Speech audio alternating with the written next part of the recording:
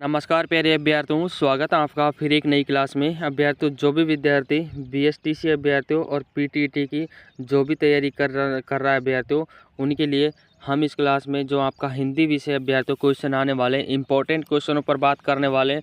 वही क्वेश्चन होंगे अभ्यर्थियों पूरी पीडीएफ में, जो आपके पिछले एग्जाम अभ्यर्थियों आए हुए प्रश्न होंगे। बस क्लास के अंत तक जरूर बने रहना। क्लास आपके लिए रामबाण साबित होने वाली है आपके आने वाले एग्जाम के लिए, बीएसटीसी और पीटीईटी।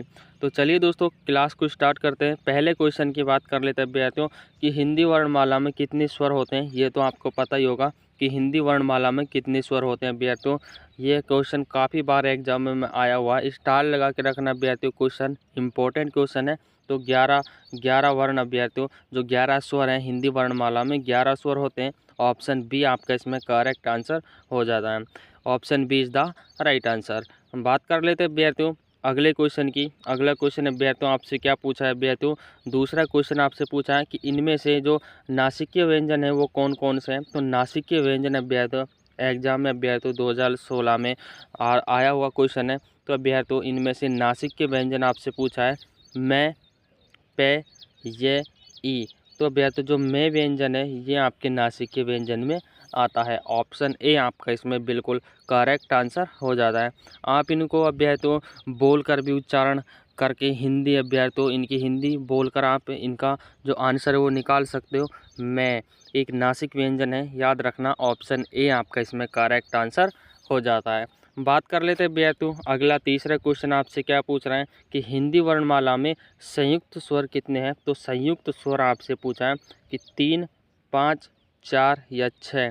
तो अभ्यर्थियों 4 व्यंजन है, जो 4 स्वर हैं अभ्यर्थियों जो आपके संयुक्त स्वर की श्रेणी में आते हैं। वो कौन कौन से अभ्यर्थियों, ए और ओ। इनको याद रखना अभ्यर्थियों, इनको याद रखना चारों को। जो 4 स्वर हैं आपने अभी वो व्यंजन है जो स्वर अभ्यर्थियों संयुक्त श्रेणी में आते हैं। 4 स्वर कौन कौन से हैं, ए और ओ। इन चारों को याद रखना। कोई सा भी अभ्यर्थियों आपके एग्जाम में पूछा जा सकता है। सारे आए हुए क्वेश्चनों के ऊपर हम बात करने वाले हैं। बस क्लास के अंत तक जरूर बने रहना। चौथा क्वेश्चन अभ्यर्थियों आपसे क्या पूछा है, स्टार लगा के रखना अभ्यर्थियों। काफ़ी एग्जामों में ये क्वेश्चन आया हुआ है। पटवार अभ्यर्थियों 2011 में आया हुआ है। जालोर 2016 में। आईपीएस हरियाणा स्कूल अभ्यर्थियों काफ़ी एग्जामों में ये आया हुआ है कि अभ्यर्थियों मूर्धन्य जो ध्वनियाँ वो कौन कौन सी हैं। जो मूर्धन्य जो ध्वनियाँ हैं वो आपको बतानी कि कौन कौन सी हैं। ऑप्शन सी आपका इसमें करेक्ट आंसर हो जाता है, यानी कि टे, डे और डे, ये आपके मूर्धन्य श्रेणी में आते हैं। याद रखना option C is the right answer. दोस्तों उदाहरण सहित भी आपको इस पीडीएफ में समझाया हुआ है। याद रखना option C is the correct answer. बात कर लेते हैं अभ्यर्थियों 5वें नंबर क्वेश्चन की। 5वां क्वेश्चन अभ्यर्थियों आपसे क्या पूछा है कि इनमें उच्छिप्त व्यंजन कौन सा है। तो उच्छिप्त व्यंजन आपको बताना है कि उच्छिप्त व्यंजन की श्रेणी अभ्यर्थियों कौन सी है। ऑप्शन बी आपका इसमें करेक्ट आंसर हो जाता है, यानी कि डे अभ्यर्थियों जिसको हम उच्छिप्त व्यंजन की श्रेणी में रखते हैं। ऑप्शन बी आपका इसमें करेक्ट आंसर हो जाता है। ये भी अभ्यर्थियों क्वेश्चन आया हुआ है 2016 में। बात कर लेते हैं अभ्यर्थियों छठे नंबर क्वेश्चन की। 6 नंबर क्वेश्चन में आपसे क्या पूछा है कि हिंदी वर्णमाला में स्पर्श व्यंजन कितने हैं। तो हिंदी वर्णमाला में जो स्पर्श व्यंजन है वो आपको बताने कि कितने हैं स्पर्श व्यंजन। तो अभ्यर्थियों 25 स्पर्श व्यंजन होते हैं हिंदी वर्णमाला में। ऑप्शन ए आपका इसमें करेक्ट आंसर हो जाता है। कैसे में स्पर्श व्यंजन अभ्यर्थियों, कैसे लेकर और मैं तक अभ्यर्थियों जो व्यंजन होते हैं वो स्पर्श व्यंजन की श्रेणी में आते हैं। इनकी संख्या कितनी अभ्यर्थियों, इनकी संख्या आपसे पूछे तो 25 आपको इसको करके आना है। Option A is the right answer. बात कर लेते हैं अभ्यर्थियों 7वें नंबर क्वेश्चन की। 7वें नंबर क्वेश्चन में आपसे क्या पूछा है कि हिंदी वर्णमाला का 11वां व्यंजन कौन सा है। तो हिंदी वर्णमाला का 11वां व्यंजन आपको बताना अभ्यर्थियों। प्रत्येक वर्ग में 5 व्यंजन होते हैं, ये तो आपको पता ही होगा। कै, चे, टे, ते पे कचट तप, और यहाँ से लेकर अभ्यर्थियों टे तक जो आपका 11वां नंबर है अभ्यर्थियों वो काउंट हो जाता है, यानी कि टे है जो 11वां नंबर का व्यंजन है अभ्यर्थियों। ऑप्शन सी आपका इसमें करेक्ट आंसर हो जाता है। टे याद रखना अभ्यर्थियों जो ये 11वां व्यंजन है। सारे आपके अंगुलियों में अभ्यर्थियों काउंट होने चाहिए, ऐसे ही क्वेश्चन आपके बीएसटीसी एग्जाम में पूछे जाते हैं। बात कर लेते हैं अभ्यर्थियों अगले प्रश्न की। अगला प्रश्न आपसे क्या पूछा है कि इनमें से कौन सा स्वर दीर्घ है। तो दीर्घ स्वर अभ्यर्थियों आपको बताना है तो दीर्घ स्वर की श्रेणी में अभ्यर्थियों कौन सा आता है? तो अभ्यर्थियों आ आता है।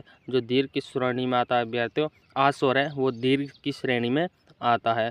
Option D is the right answer. MCQ अभ्यर्थियों हम इसमें करने वाले हैं इंपॉर्टेंट क्वेश्चन, सारे एग्जाम में आए हुए क्वेश्चन है। अगला क्वेश्चन आपसे क्या पूछा है कि उच्चारण की जो दृष्टि से कौन सा वर्ण तालव्य है अभ्यर्थियों, तो कौन सा वर्ण तालव्य है वो आपको बताना है उच्चारण की दृष्टि से। तो जय, आप इसका उच्चारण करके भी देख सकते हो। ये तालवा से अभ्यर्थियों जीभ ऊपर को लगती है, जय जय। तालवे की जीभ लगती है तो तालव्य की दृष्टि में अभ्यर्थियों रखा जाता है टे के वे, इसमें कोई जीभ अपने तालव्य के नहीं लगती। ऑप्शन बी आपका इसमें बिल्कुल करेक्ट आंसर हो जाता है। बात कर लेते हैं अभ्यर्थियों अगले प्रश्न की। अगला अभ्यर्थी 10वां क्वेश्चन आपसे क्या पूछा है कि इनमें से कौन सा कथन गलत है। गलत कथन को आपको छांटना है। एग्जाम में अभ्यर्थी आया हुआ इम्पोर्टेंट क्वेश्चन ये भी। तो ऑप्शन डी ही आपका इसमें करेक्ट आंसर हो जाता है कि यानी कि अभ्यर्थियों व्यंजन वर्णों के उच्चारण में स्वरों के उच्चारण से दुगना समय लगता है। याद रखना इम्पोर्टेंट क्वेश्चन है। यानी कि व्यंजन का हम वर्ण करने से अभ्यर्थियों अधिक समय उच्चारण करने में अभ्यर्थियों की स्वरों में लगता है। स्वरों का समय अभ्यर्थियों अधिक होता है, यानी कि स्वरों को बोलने में या उनका उच्चारण करने में हमको अधिक टाइम लगता है। ऑप्शन डी आपका इसमें करेक्ट आंसर हो जाता है। अगर यहाँ से क्वेश्चन आया तो अभ्यर्थियों आपका एक भी क्वेश्चन गलत नहीं जाने वाला, और यहाँ से अभ्यर्थियों इस पीडीएफ से काफ़ी क्वेश्चन आपको एग्जाम में देखने को मिलने वाले हैं। याद रखना कि भाषा की सबसे छोटी लिखित इकाई क्या है। तो सबसे छोटी लिखित इकाई अभ्यर्थियों आपको बतानी वर्ण। तो भाषा की सबसे छोटी लिखित इकाई अभ्यर्थियों वर्ण। याद रखना option C is the correct answer. इसकी ध्वनि में अभ्यर्थियों वर्ण, बोलने में अभ्यर्थियों छोटी लगती वर्ण। महिला सुपरवाइजर 2015 में आया हुआ इम्पोर्टेंट क्वेश्चन है अभ्यर्थियों, स्टार लगा के रखना। बात कर लेते हैं अगला 12वां क्वेश्चन आपसे क्या पूछ रहा है अभ्यर्थियों कि तालव्य व्यंजन है अभ्यर्थियों कौन कौन से तालव्य व्यंजन, च, छ, जय और झ। इनका वर्ण अभ्यर्थियों तालव्य वर्ण है, यानी कि इनका उच्चारण करने से जो अपनी जीभ अभ्यर्थियों जो जीभ है वो आपके तालवे को टच करती है इनको बोलने के समय। तो आप अभ्यर्थियों इनका आंसर इस तरह भी निकाल सकते हो, इनका उच्चारण करके भी आप आंसर निकाल सकते हो। सरल है बिल्कुल, बस आपको थोड़ा सा दिमाग लगाना है, आपका आंसर अभ्यर्थियों आ जाएगा। सेकंड ग्रेड अभ्यर्थियों और रीट लेवल फर्स्ट में ये क्वेश्चन आए हुए हैं, तो स्टार लगा के रखना। क्वेश्चन सारे इंपॉर्टेंट होने वाले हैं। इसमें आपका option B is the correct answer. अगले क्वेश्चन की बात कर लेते हैं। जो 13वां क्वेश्चन है अभ्यर्थी, उसमें आपसे क्या पूछा है कि अभ्यर्थी किन ध्वनियों को अनुस्वार कहा जाता है। तो अभ्यर्थियों अनुस्वार किन ध्वनियों को कहा जाता है, ये भी अभ्यर्थियों टेट फर्स्ट में और रीट सेकंड में आया हुआ क्वेश्चन है। तो अभ्यर्थियों अनुस्वार किसे कहा जाता है कि स्वर के बाद आने वाली नासिक ध्वनियों को क्या कहा जाता है, अनुस्वार। ऑप्शन ए आपका इसमें करेक्ट आंसर हो जाता है। याद रखना अभ्यर्थियों option A is the right answer. बात करते हैं अभ्यर्थियों 14 नंबर का क्वेश्चन आपसे क्या पूछ रहा है कि कौन सा 14 नंबर का क्वेश्चन अभ्यर्थियों आपसे पूछ रहा है कि कौन सा वर्ण औष्टेय नहीं है, यानी कि जो होठों के अड़ने से बोला जाता है अभ्यर्थियों उनको हम औष्टेय वर्ण कहते हैं। तो इसमें वे में अभ्यर्थियों आपके जो होठ हैं वो टच नहीं होते हैं।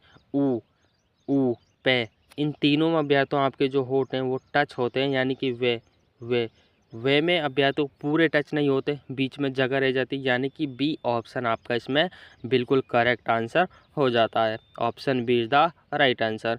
बात कर लेते हैं अभ्यर्थियों अगले क्वेश्चन की। अगला क्वेश्चन अभ्यर्थियों आपसे क्या पूछ रहा है कि अल्प प्राण ध्वनियों का समूह कौन सा है। अल्प प्राण ध्वनियों का समूह, ये भी अभ्यर्थियों रीट लेवल सेकंड में आया हुआ है 2011 में अभ्यर्थियों। तो अल्प प्राण ध्वनियों का समूह आपको बताना है च, झ और न। अभ्यर्थियों ये अल्प प्राण इसलिए कहा जाता है क्योंकि इनका उच्चारण करने में हमें अधिक जोर लगाना पड़ता है। तो इसमें आपका ऑप्शन बी करेक्ट आंसर हो जाता है। याद रखना च, झ और न एक जोर सा पड़ता है अभ्यर्थियों इनका उच्चारण करने में, तो इनको अभ्यर्थियों अल्प प्राण ध्वनि स्वर समूह कहा जाता है। Option B is the correct answer. बात कर लेते हैं 16वां क्वेश्चन आपसे क्या पूछ रहा है कि अभ्यर्थियों गद्य किसके योग से बना होता है। तो गद्य अभ्यर्थियों किसके, जो गद्य नहीं आपके वो किसके योग से बना होता है। ये भी अभ्यर्थियों आईपीएस और पटवार और ग्रेड थर्ड में अभ्यर्थियों ये क्वेश्चन आया हुआ है। याद रखना 3 बार क्वेश्चन आया हुआ है तो इम्पोर्टेंट क्वेश्चन बन जाता है। तो अभ्यर्थियों इसके अभ्यर्थियों ज आधा ज और ण के मिलने से जो आपके गज्ञानी वो बनती है option D is the correct answer. Option D आपका इसमें राइट आंसर हो जाता है अभ्यर्थियों। स्टार लगा के रखना अभ्यर्थियों, ऐसे क्वेश्चन आपके BSTC एग्जाम में पूछे जाएंगे। बात कर लेते हैं अभ्यर्थियों, आपका जो 17 नंबर का क्वेश्चन है वो आपसे क्या कह रहा है कि किस क्रमांक अभ्यर्थियों किस क्रमांक में जो संघोष व्यंजन है अभ्यर्थियों वो किस क्रमांक का है। तो ये और रहे ये आपके संघोष व्यंजन है, याद रखना ये रहे आपका संघोष है। ऑप्शन बी आपका इसमें करेक्ट आंसर हो जाता है। ये भी अभ्यर्थियों पटवार और ग्रेड 3 में अभ्यर्थियों आया हुआ क्वेश्चन है, इम्पोर्टेंट क्वेश्चन है। बात कर लेते हैं 18वें क्वेश्चन की। 18वें क्वेश्चन में अभ्यर्थियों आपसे क्या पूछा है कि किस क्रमांक में जो अंतस्थ व्यंजन है, तो किस क्रमांक में जो अंतस्थ व्यंजन है अभ्यर्थियों तो रे और ले, रेले, ये अभ्यर्थियों अंतस्थ व्यंजन है। याद रखना यहाँ से आपका जो पहला टॉपिक है अभ्यर्थियों, यहीं से व्यंजनों के स्वर से अभ्यर्थियों आपको पता होना चाहिए, तभी आपके जो हिंदी सब्जेक्ट है, हिंदी विषय, वो आपका अभ्यर्थियों मजबूत होने वाला है। इस टॉपिक को करने के बाद अभ्यर्थियों आप सही क्वेश्चन कर पाओगे। तो याद रखना इम्पोर्टेंट क्वेश्चन है, इम्पोर्टेंट टॉपिक है, बस आपको क्लास को ध्यान से सुनना। इस टॉपिक पर अभ्यर्थियों 2-3 क्लास आने वाली है, तो सारों को अभ्यर्थियों आपको देखना है। आपका अभ्यर्थियों यहाँ से एक भी क्वेश्चन गलत नहीं जाने वाला, इस टॉपिक से एक भी क्वेश्चन अभ्यर्थियों आपका गलत नहीं जाएगा। अगला क्वेश्चन आपसे क्या पूछा है कि किस क्रमांक में स्वर व्यंजन नहीं है, तो कौन से क्रमांक में स्वर और व्यंजन नहीं है। से और है, से सलेट वाला से और है, इस क्रमांक में अभ्यर्थियों व्यंजन वाला स्वर नहीं है। ऑप्शन ए आपका इसमें करेक्ट आंसर हो जाता है। तो याद रखना अभ्यर्थियों ये भी 2 बार एग्जाम में अभ्यर्थियों आया हुआ पटवार और LDC परीक्षा 2007 में आया हुआ इम्पोर्टेंट क्वेश्चन है। ऑप्शन ए आपका इसमें करेक्ट आंसर हो जाता है। बात कर लेते हैं अभ्यर्थियों अगले प्रश्न की। अगला प्रश्न आपसे क्या पूछा है कि पे और फे का उच्चारण स्थान क्या है। तो पे और फे का जो उच्चारण स्थान है पे और फे, यह अभ्यर्थियों ओष्ठ्य है। ओष्ठ्य यानी कि होठों के मिलने से इनका उच्चारण होता है। Option D is the correct answer. तो अभ्यर्थियों यहाँ तक आपके जो 20 क्वेश्चन है वो कंप्लीट होते हैं। 20 क्वेश्चनों में से आप कमेंट में बताना अभ्यर्थियों कि आपको क्लास कैसी लगी। यानी कि अभ्यर्थियों एक कमेंट आपको ज़रूर करना है, यानी कि आप कहाँ से क्लास को देख रहे हो, ताकि पता लगे क्लास कहाँ तक जा रही है। बस एक कमेंट करना अभ्यर्थियों, इतनी मेहनत आपके लिए करते हैं, बस एक लाइक और एक कमेंट आपसे मांग रहे हैं। कमेंट कर देना कि हम यहाँ से अभ्यर्थियों आपकी क्लास को देख रहे हैं।